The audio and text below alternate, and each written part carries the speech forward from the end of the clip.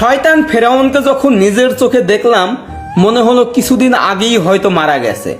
ফেরাউনের মাথার চুল, চোখ, নাক, মুখ, এমনকি দাঁত সব কিছুই যেন জীবন্ত মনে হচ্ছিল।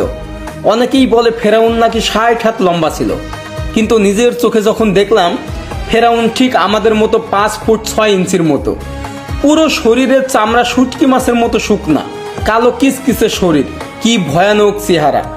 মহান আল্লাহ তাআলা পবিত্র কোরআনে বলেন, ফেরাউনের মৃতদেহ কিয়ামতের আগ পর্যন্ত তিনি রক্ষা করবেন মানব জাতির নিদর্শন হিসাবে।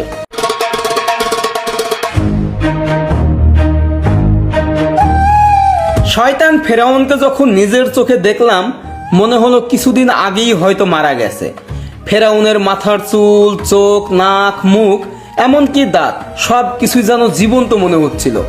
অনেকেই বলে ফেরাউন নাকি 60 হাত লম্বা ছিল, কিন্তু নিজের চোখে যখন দেখলাম ফেরাউন ঠিক আমাদের মতো 5 ফুট 6 ইঞ্চির মতো।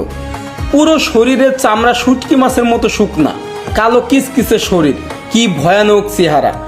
মহান আল্লাহ তাআলা পবিত্র কোরআনে বলেন, ফেরাউনের মৃতদেহ কিয়ামতের আগ পর্যন্ত তিনি রক্ষা করবেন মানব জাতির নিদর্শন হিসাবে।